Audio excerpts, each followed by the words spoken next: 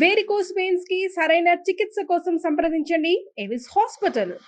మీకు చాలా ఫ్లెక్సిబుల్ అనుకున్నా, లేకపోతే వాళ్ళు మిమ్మల్ని ఫ్లెక్సిబుల్ గా ఉండే ఆర్టిస్ట్ అనుకున్నా, కంఫర్ట్ గా ఉండే హీరోస్ అంటే ఎవరని చెప్తారు? మీకు అందరితో వర్క్ చేశారు, ప్రభాస్, ఎన్టీఆర్, అల్లు అర్జున్, మహేష్ బాబు, వాళ్ళు వీళ్ళని లేకుండా అందరితో వర్క్ చేశారు. అందరు కంఫర్ట్. బాలకృష్ణ గారు చాలా కంఫర్ట్ గా ఉంటారు నాతో. అంటే నేను చేసే క్యారెక్టర్లకి ఆయన నాకు ఇచ్చే రెస్పెక్ట్ కి అసలు ఎవరో కంపేర్ చేసుకోలేరు. ఈవెన్ బోయపాటి గారు కానీ డైరెక్టర్లో అంటే ఎక్కువ మనతో మింగిల్ అయ్యి మన గురించి తెలిసిన వాళ్ళు చాలా చాలా రెస్పెక్ట్ ఇస్తారు. అది తెలియచెప్పడానికి మనం ఏం ప్రయత్నం చేయం. కానీ మీరు అన్నట్టు కొంతవరకు మనతో నాతో కో ఆర్టిస్టులు ఉంటారు. చాలా మందికి తెలుసు, మనం కూర్చుంటే ఇలా మాట్లాడుతూ ఉంటాం. ఓకే, సెట్లో నాకు తెలిసినంత వరకు మనకి ఎక్కడ బ్యాడ్ నేమ్ లేదు ఇండస్ట్రీలో. అలా అని చెప్పేసి ఓహో అతనికి ఇచ్చేసి మనం ప్రమోట్ చేద్దామని కూడా అనుకోకపోవచ్చు ఎవరు. బట్ ఇవ్వద్దు, అతను వేస్ట్, అతనికి ఇవ్వకూడదని నాకు తెలిసి అయితే ఎవరు అనుకోరు. మన వల్ల ఏ ఉపయోగం లేదు కాబట్టి ఇస్తే ఏంట్లే అని అనుకోని లైటర్ వేలో ఉండొచ్చు. కానీ ఎవరన్నా ఇద్దాం అనుకున్నప్పుడు అతనికి వద్దు అనే మాట మాత్రం ఎక్కడ రాదు అని నేను ఫీల్ అవుతున్నా. అంటే ఇప్పుడు మీ కాంబినేషన్స్ అన్ని డూమ్ డామ్ గానే ఉంటాయి కాబట్టి, ఎక్కువ కొట్టుకునే సీన్లు, కొట్టించుకునే సీన్లు, మీరు కొట్టే సీన్లు ఉంటాయి కాబట్టి, ఇలాంటి సీన్లు ఉన్నప్పుడు మంచి మంచి మెమరబుల్ మూమెంట్స్ భలే ఉంటాయి హీరోస్ తో. నేను ఒక్కొక్క హీరో చెప్తాను. ఆ ఫైట్ సీక్వెన్స్ కావచ్చు, ఆ సినిమాకి సంబంధించిన దాంట్లో అసలు ఫన్నీగా ఇప్పుడన్నా ఎదురు పడినాగా నవ్వుకునే ఒక సీన్ అంటే అలా గుర్తొచ్చేస్తుంది. ఫస్ట్ మహేష్ బాబు గారు అంటే ఏమని చెప్తారు? మహేష్ బాబుతో నేను ఎక్కువ సినిమాలు చేయలేదు, ఒక్కడు చేశాను. తర్వాత ఈ మధ్య రీసెంట్ గా మహర్షి చేశాను. ఓకే, మహర్షిలో మంచి మంచి క్యారెక్టర్ చేశాను. మంచి డైలాగు తనతో. ఒక్కడంటే నేను బిగినింగ్ 2001లో అప్పుడు నువ్వు నేను ఒక్కడు దిల్ కంటే ముందు చేసిన సినిమా అది. ఓకే, అప్పుడు అంత మనకి ఇంటరాక్షన్ లేదు. మహేష్ బాబు గారు కూడా చాలా సిగ్గుపడతా ఉండేవాళ్ళు అప్పుడు. ఓకే. సో మహర్షిలో మంచి డైలాగ్స్ తనతో ఉన్నాయి. ఒక విలేజర్ క్యారెక్టర్ చేశాను నేను. ఆయన అసలు ఒకటే షాట్ లో చెప్పేసి వెళ్ళిపోతాడు. ఓకే, మంచి ఆర్టిస్ట్ అని నేను చెప్పేది ఏముందిలే. కానీ మంచి కాంబినేషను, బాగా రెస్పెక్ట్ చేస్తాడు. చాలా జోక్స్, అంటే నేను ఎంత సీరియస్గా ఉన్నా కూడా జోక్ చేసేస్తాడు ఫస్ట్ నా మీద. ఓకే, జోక్ చేసేసి ఆ మొత్తం అట్మాస్ఫియర్ హోమ్లీగా చేసి తర్వాత సీన్ చేస్తారు. కాబట్టి అసలు ఏ టెన్షన్ ఉండదు. ఓకే. ఆయనలో మీకు బాగా నచ్చే ఒక మంచి క్వాలిటీ అంటే ఏమని చెప్తారు? సిన్సియారిటీ. వచ్చేస్తాడు, షార్ట్ చేసాడంటే వెళ్ళిపోతాడు. సో సెట్ లో పెద్ద చిన్న ఆర్టిస్టులు ఏముండదు, అందరితో ఒకేలా ఉంటాడు. అంటే ఎవరితో ఇదెవరు ఒక మహేష్ బాబు కదా, అందరికీ ఇప్పుడు వాళ్ళు ఇన్ని సంవత్సరాల నుంచి స్టార్ రేంజ్ లో ఉన్న ప్రతి హీరోకి కామన్ క్వాలిటీ. ఎవరిని తీసుకున్నా కూడా అంత హార్డ్ వర్క్ ఉంటుంది, డెడికేషన్, సిన్సియారిటీ, అందరితో కలిసిపోయే నేచర్ ఉన్నప్పుడే ఆ సీన్లు అంత బాగా వస్తాయి, అంత పెద్ద హిట్ అవుతాయి సినిమాలు. ప్రభాస్ గారు అంటే ఏమని చెప్తారు? ప్రభాస్ చాలా సినిమాలు చేశారు. ప్రభాస్ తో నేను మిర్చి చేశాను, చాలా గ్రేట్ ఎక్స్పీరియన్స్. మిర్చిలో నాకు ఒక మెమరబుల్ ఎక్స్పీరియన్స్ ఏంటంటే, ఒక సీన్ లో ప్రభాస్ను గురించి ఒక ఆర్టిస్టు చెప్తాడు, వచ్చాడు 6 అడుగుల హీరో, ఇక మమ్మల్ని అంతా కాపాడుతాడని ఒక పెద్ద ఎమోషనల్ డైలాగ్ చెప్తాడు. అవును. ఆ డైలాగ్ కి ఆ చెప్పిన ఆర్టిస్టు 6'5" ఉంటాడు హైట్, తమిళ్లో. ఆయన పక్కన నేను ఉంటాను. నేను ఇక్కడికి వచ్చాను ఆయనకి. ఓకే, హెవీ ఎమోషన్ డైలాగ్, చాలా ఎమోషన్. వచ్చాడు ఎవడొస్తాడు అనుకుంటే 6 అడుగుల మా వారసుడు వచ్చాడు, ఇక్కడి నుంచి మమ్మల్ని ఎవడేం, హెవీ డైలాగ్ చెప్తాడు తను. నేను పక్కన ఉన్నా. హెవీగా ఏం చేసినా ఆనట్లేదు, ఎందుకంటే తను చాలా హైట్. ఏం చేయాలని చెప్పేసి ఆ డైలాగ్ అన్నప్పుడు నేను లాస్ట్ లో ఎండ్ ఫినిషింగ్ వచ్చినాక అన్నాను, ఇట్లా అన్నాను. అది మానిటర్ టేక్ ఓకే అయిన తర్వాత ప్రభాస్ గారు కూర్చొని మానిటర్ చూస్తూ అందరూ మెయిన్ అసలు డైలాగ్ ఎలా వచ్చింది, ఎలా చెప్పాడని కాన్సన్ట్రేషన్, ఈవెన్ డైరెక్టర్తో సహా. ప్రభాస్ గారు చూశాడు నన్ను. చూసి నేను అక్కడ వీళ్ళంతా మానిటర్ చూస్తున్నాను, టేక్ ఎక్కడైతే జరిగింది అక్కడే ఉన్నాను నేను. ఇక్కడి నుంచి పెద్దగా దిల్ సూపర్ అని ఇక్కడి నుంచి చెయ్యాలంటే నేను పరిగెత్తుకుంటా వచ్చి చెయ్యాల కొట్టాను. ఓకే.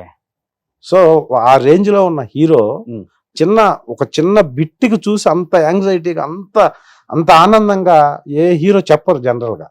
ఇప్పుడు ఇంటర్నేషనల్ స్టార్ అయిపోయారు కదా, ఎలా ఉంది అప్పటికి ఇప్పటికి ప్రభాస్ గారు? అంటే సేమ్ అలానే ఉన్నారు ఇప్పుడు కలిసి అంతే, ఏం చేయండి.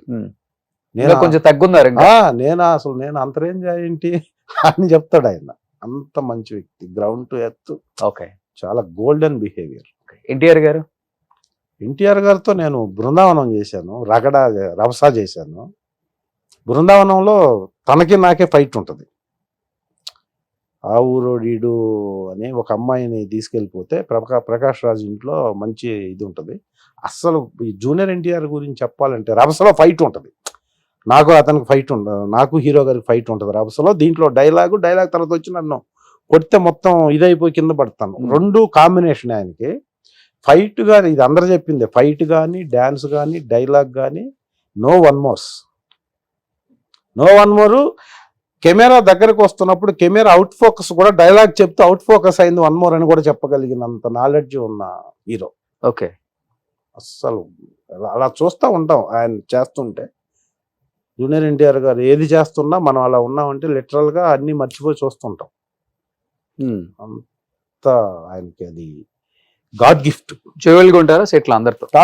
జోయల్ అంటే కొంచెం రిజర్వ్డ్గా ఉంటాడు. తన పని వచ్చిందంటే మాత్రం ఫట్లాడిస్తాడు. అసలు ఎక్కడ ఇంత ఎనర్జీ, ఎక్కడ ఏది ప్రిపరేషన్ ఉండదు మళ్ళీ నాకు తెలిసినంత వరకు. ఓకే.